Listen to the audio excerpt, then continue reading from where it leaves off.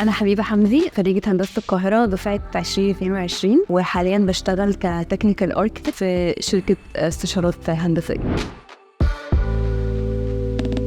أنا من وأنا يمكن في ثانوي كنت حابة قوي مجال عمارة. منكرش إن وقت ما دخلت إعدادي شوية بدأت أتردد لما بدأت أشوف مواد تانية وأقسام تانية، فسنة كده في وقت ما ترددت الصراحة بينه وبين مدني، علشان كان في يعني إشاعات بتتقال وقتها إنه مدني ممكن يشتغل شغل عمارة، فدي شوية نقطة قلقتني إن أنا ممكن لو دخلت القسم ما أعرفش في الآخر أشتغل. بس في الآخر حاولت إن أنا أسأل كتير وأعرف أكتر عن القسم لحد ما الحمد لله ربنا كرم ودخلت.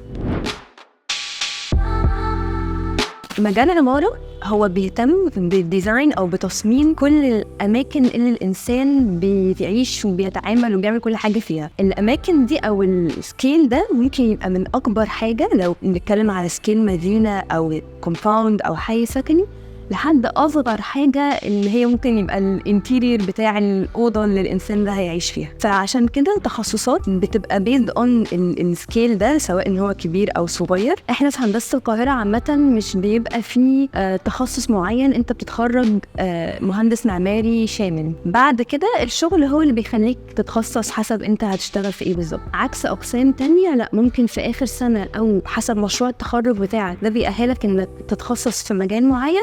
عمارة لا، الدنيا مش كده، انت بتتخرج كمهندس معماري جنرال، وبعدين شغلك هو اللي بيخليك تتخصص في حتة معينة. اكتر المجالات الدرجة اللي احنا بنقدر نشتغل فيها طبعا الديزاين نفسه، ان انت بتقابل الكلاينت، بتعرف منه ايه متطلباته، تبدأ تحول الحاجات اللي هو عايزها دي لسكتشز والحاجات 3D، تقدر تبدأ ان انت توريها له لحد ما تتفقوا على الشكل النهائي للمبنى بتاعك. بعدين بيدخل مجال تاني اللي هو التكنيكال، ان انت ازاي تحول ال 3D ده للوح يقدر المقاول من بعديك ان هو ينفذها، وتقدر تنسق بيها مع باقي الأقسام بتاعتك. قسم عمارة شوية أو المعماري برضو بنحب نسميه إن هو المايسترو بتاع المشروع، لأن هو بيقدر يتعامل، بيقدر إن هو ينسق مع باقي الأقسام اللي بتكون داخلة برضو معاه في المبنى. يعني عشان كده بنطلق عليه اللقب ده. مجال تاني برضو مجال الانتيريور بنقدر نشتغل فيه، لأن في عندنا مواد في عمارة مواد اختياري بتقدر تأهلنا للمجال ده. في بقى مواد تانية زي لاندسكيب، في حاجات ممكن تبقى سكيل أكبر شوية زي الأوربن أو اللي هو اسمه ايه الاربن العمران يعني. فكل دي مجالات بنقدر ان احنا يعني نتخصص فيها بعد كده من الشغل في عمارة. لو انت حسيت ان انت شخص يعني المجال بشكل عام هو عايز صبر وطولة بال كده، فلو انت حسيت ان انت شخص عندك القدرة دي، عندك طولة البال ان انت ترسم لوح لمدة طويلة، تاخد عليها فيدباك، هيحتاج ان انت تعدل تاني، احيانا ممكن تعيد شغلك تاني من الاول، لان اللي بيحصل في الكلية هو ده برضه اللي انت هتعمله بعد ما بتتخرج. فلو الدكتور بيخليك ان انت تعيد حاجات او تصلح حاجات، هيكون هو الكلاينت بعد كده هو اللي هيطلب منك ان انت تعدل الحاجات دي. فالموضوع محتاج بس طولة بال ومحتاج صبر، انت تبقى متقبل حاجة زي كده، ما عندكش مشكلة مع الرسم، وان انت تكون شوية عندك بس قدرة على التخيل. انت كده هتتعلم في الكلية ازاي ان انت تدور وازاي ان انت تبدأ بروجكت من الاول. بس قدرة على التخيل بمعنى ان انا لو مثلا غمضت عيني اقدر اتخيل الأوضة اللي انا قاعدة فيها دي ابعادها عاملة ازاي، لان انا كتير هحتاج ان انا ارسم حاجات او اتخيل الشكل اللي انا عايز اوصل له بحيث اعرف اطبقه في المبنى بتاعي او في الموديل ال 3D بتاعي.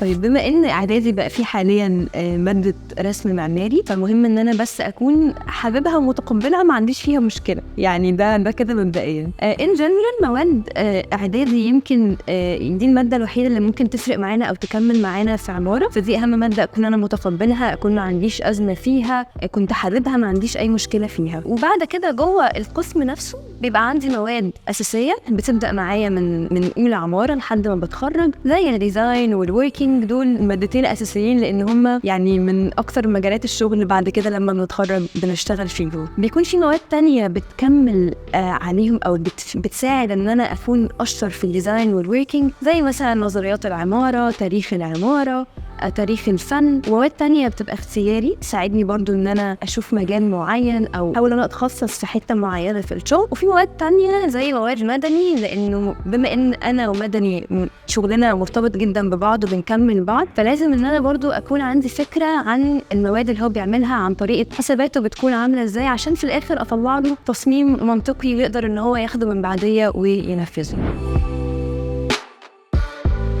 اكتر منتين يعني بنشتغل فيهم بعد ما نتخرج هو الديزاين او الوركينج. الديزاين ده اللي بيبدا دايما البروجكت هو اللي بيقابل الكلاينت، يعرف منه ايه متطلباته، يبدا يحول الريكويرمنتس دي لسكتشز ل 3 دي موديل، تبقى شويه حاجات جينيريك الغرض منها بس ان انا احقق المتطلبات بتاعه الكلاينتس دي. بعد كده بيبدا يخش الماده الثانيه المهمه او المجال الثاني المهم اللي هو الوركينج او التكنيكال. بيبدا بقى يحول المبنى البسيط او الموديل ال 3 دي ده، يبدا يحوله لرسومات بنسميها رسومات تنفيذيه، او رسومات اللي هبدا اقدر انفذ بيها في الموقع بعد كده، او اسلمها للمقاول ان هو ينفذ. بهتم بيها بتفاصيل كل حاجه في المبنى. بيبدا يدخل معايا فيها اقسام تانية زي قسم مدني، زي قسم ميكانيكا، كهرباء، كل الكلام ده بيبقى ليهم انبوت عندي في المبنى بتاعي. ببدا ان انا دوري هنا كمعماري ان انا انسق بين الاقسام دي كلها، عشان في الاخر ما الاقيش كاميرا داخله فيها الضغط بتاع تكييف، ولا النور داخل في الماسوره بتاعه الصرف.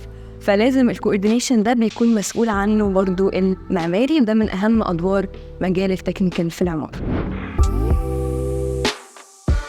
مبدئيا برنامج بحس ان هو خلاص هو زي ما انت بترسم كده سكتش بايدك، انت لازم تتعلمه الاوتوكاد. محتاج ان انت تتعلم ازاي ترسم حاجات 2D عليه. تاني نوع من البرامج محتاج تتعلمه برامج بنسميها ال 3D موديلنج. اكتر حاجه دارجه واكتر حاجه برضو بتفيدنا كتير مثلا برنامج الرابط. برنامج الرابط مش بس بنستعمله ممكن في الموديلنج، ممكن كمان نستعمله في مجال البم ومجال يعني خلاص بقى كوردينيشن مع كل حاجه، وكل الاقسام دلوقتي مطلوب منها ان هي تكون متعلماه. غير الرابط لان الرابط شويه الموديلنج فيه مش اسهل حاجه قوي، بالذات في جزء البارامتريك، فمهم جدا للناس بالذات اللي حابه مجال الديزاين. برامج زي الراينو والجراس هوبر. بشكل عام البرامج اللي بتساعدني في مجال البارامتريك ديزاين، لانه بقى مجال مطلوب برضو جدا دلوقتي. لو مثلا هتخصص انتيرير او عايز امشي في سكه الانتيرير، فمن اشهر البرامج هناك هي 3 دي ماكس والسكتش. وفي برامج تانية بتساعدني في فكره اظهار المبنى بتاعي. اظهار المبنى بشكل عام ده ممكن يبقى مجال لوحده، مجال شغل لوحده، بس انا كمان محتاجه اكون متعلمه في الكليه، زي مثلا برامج لوميون،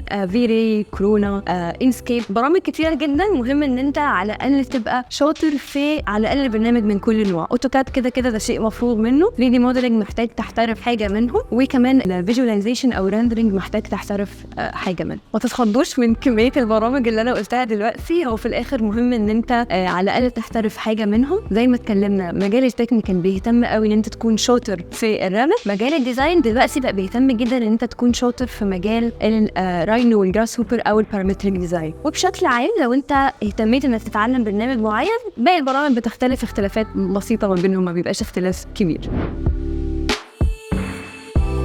طيب خلينا نقول انه بشكل عام هو في توسع كبير في المجال سواء بره مصر او جوه مصر. ده بسبب ان الناس عمرها ما هتبطل ان هي تعمل مباني بمختلف الوظائف بتاعتها، سواء مدارس، مستشفيات، مولات، اماكن سكنيه، كومباوند. كل ده مع تطورات الموديلنج الجديده بيخلي دايما في طلب على مجال قسم عماره. اكثر مجالات مطلوبه في مصر هو الديزاين والتكنيكال، وكتير برضو بيكون الانتيرير. نفس الكلام موجود بره مصر، بالذات دلوقتي دول الخليج ودول التانية بقت بتطلب كتير مهندسين. الموضوع شوية بيختلف حسب من شركة للتانية. بما ان المجال فيه توسع، فبقى في شركات دلوقتي بتتيح فرص لناس خريجين جداد ان هم يكون خبرة سنة او سنتين ان هم يشتغلوا بره مصر. في شركات تانية بتطلب ممكن مينيمم 5 سنين خبرة، او ان هو ليفل سينيور شوية، ليفل اعلى شوية. وفي شركات تانية بتطلب انه يكون لا الشخص ده اصلا معاه مثلا ماسترز او درجة علمية اكتر بس شوية من بكالوريوس. فالموضوع بيختلف حسب من شركة للتانية، لكن بشكل عام الفرص متاحة. وطول ما انت بتشتغل على نفسك وبتشتغل ان انت تعمل بورتفوليو يكون تقيل وكويس تحط فيه كل شغلك، بتعرف الشركات اللي بره دي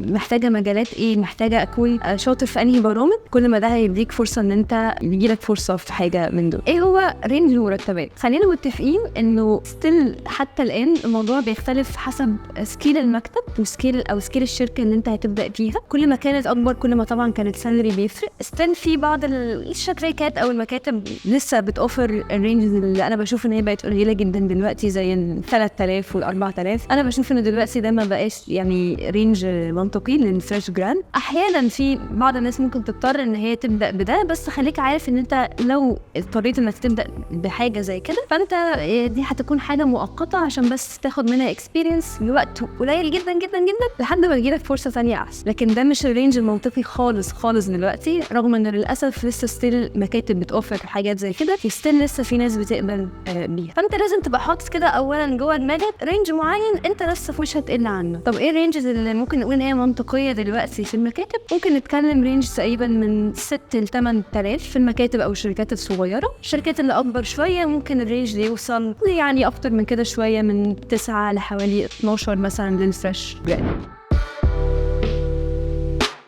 ايه الشركات الكبيرة في المجال؟ خلينا نقسم الشركات لنوعين: شركات استشارات هندسية وشركات مقاولات. شركات الاستشارات الهندسية زي ايه؟ زي مثلا في دار الهندسة، في خطيب وعلمي، ECG او جماعة المهندسين الاستشاريين. طيب دول بيعملوا ايه؟ دول زي ما احنا قلنا من اسمهم حرفيا هي استشارة هندسية، يعني بيجي لهم الكلاينت عنده فكرة مشروع معين او حاجة معينة حابب ان هو ينفذها، نبدأ تيم الديزاين يقعد معاه يعرف متطلباته، يحول المتطلبات دي السكتشز وال 3D موديل، ويبدأ في نفس الشركة تيم التكنيكال ياخد الكلام ده يبدأ يعمله بتفاصيل أكتر، بلايرز كده من الكوردينيشن أو من التنسيق مع الأقسام التانية، ونبدأ ناخد الكلام ده كله ونديه للشركات المقاولات اللي بدورها بتبدأ تنفذ الكلام ده جوه الموقع. شركات المقاولات المشهورة زي إيه؟ زي مثلا حسن علان، زي مقاولين العرب، زي اوراسكوم وغير الشركات. في كتير دلوقتي مكاتب بقت كويسة جدا واسمها كويس جدا في السوق. فرق الشركة عن المكتب عادة ان انت في الشركة بتكون متخصص في حاجة معينة او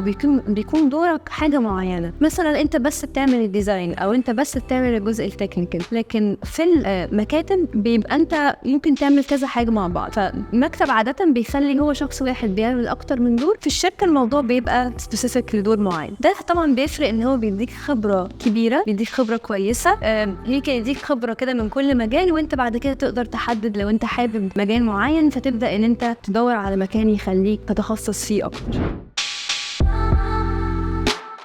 اول نصيحة وبعتبرها اهم هي ان انت ازاي تنظم وقتك. مهم قوي في عمارة ان انت يكون عندك المهارة دي، لان انت كل ما هتتقدم في سنين الكلية كل ما المواد طبيعة الحال هتزيد عليك، كل ما التسليمات هتزيد عليك. احنا مشهور قوي عندنا في عمارة ان احنا بنضطر كتير نسهر عشان نخلص شغلنا او التسليمات اللي علينا. مهم جدا ان انت من بدري تكون منظم وقتك، ده هيساعدك ان انت تعمل الحاجة بالراحة، تفكر في الحاجة، تدي كل حاجة وقتها، فهيفرق دايما في الاوتبوت او المنتج النهائي بتاعك.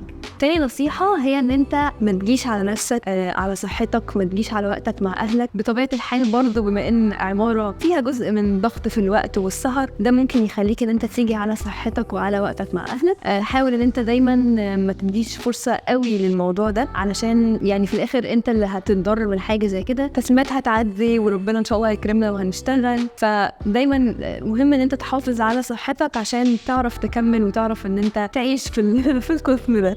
تالت نصيحة هي ان انت تجرب وما تخافش ان انت تجرب. مش معنى مثلا ان انت مع دكتور معين بيحب حاجة معينة ان انت لازم خلاص دماغك تبقى ماشية بنفس السيستم ده. طبعا مهم ان انت تمشي تتعلم من كل دكتور حاجة، تتعلم من كل توجه حاجة، لكن قصدي هنا ان انت ما تخافش ان انت تجرب، ما تخافش ان انت تتعلم برنامج جديد، تجرب حاجة في تسليمة معينة، تعمل كتلة مختلفة وغريبة وشكلها مختلف، لان الحاجات دي بتفرق وبتخليك في الاخر عندك بورتفوليو، او لما تيجي تجمع شغلك كله في الاخر لما تتخرج ده بيخليك عندك تنوع في البورتفوليو بتاعك، وبيفرق بيدي امبريشن ان انت شخص جريء وحابب ان انت تتعلم اكتر، فبيدي امبريشن كويس عنك. كله هيعدي والدرجات تكون كويسه في الاخر، فما تخافش ان انت تجرب وتتعلم حاجه جديده. واخر واهم نصيحه برضو هي بعد التخرج ان انت ما تستناش الفرصه الخطيره اللي ما حصلتش عشان تبدا شغل. لا، انا في رايي ان انت دايما تبدا بالفرصه المتاحه، بالمعقول برضو باللي انت شايفه شايفه مناسب ليك، لكن ما تستناش كتير للفرصه المعينه اللي في دماغك. مهم ان انت تبدا تكسر فكره ان انت يكون عندك اكسبيرينس، اتعرض لكذا انترفيو عشان تكسر الرهبه دي بتاعه الانترفيو، وبعد كده ابدا شوف هل المكان ده مناسب ليك ولا لا، حابب تكمل فيه ولا لا. لكن مهم ان انت تبدا، كده العجله هتدور وربنا يكرمك بالفرصه اللي انت مستنيها او اللي انت حابب ان انت تكمل فيها.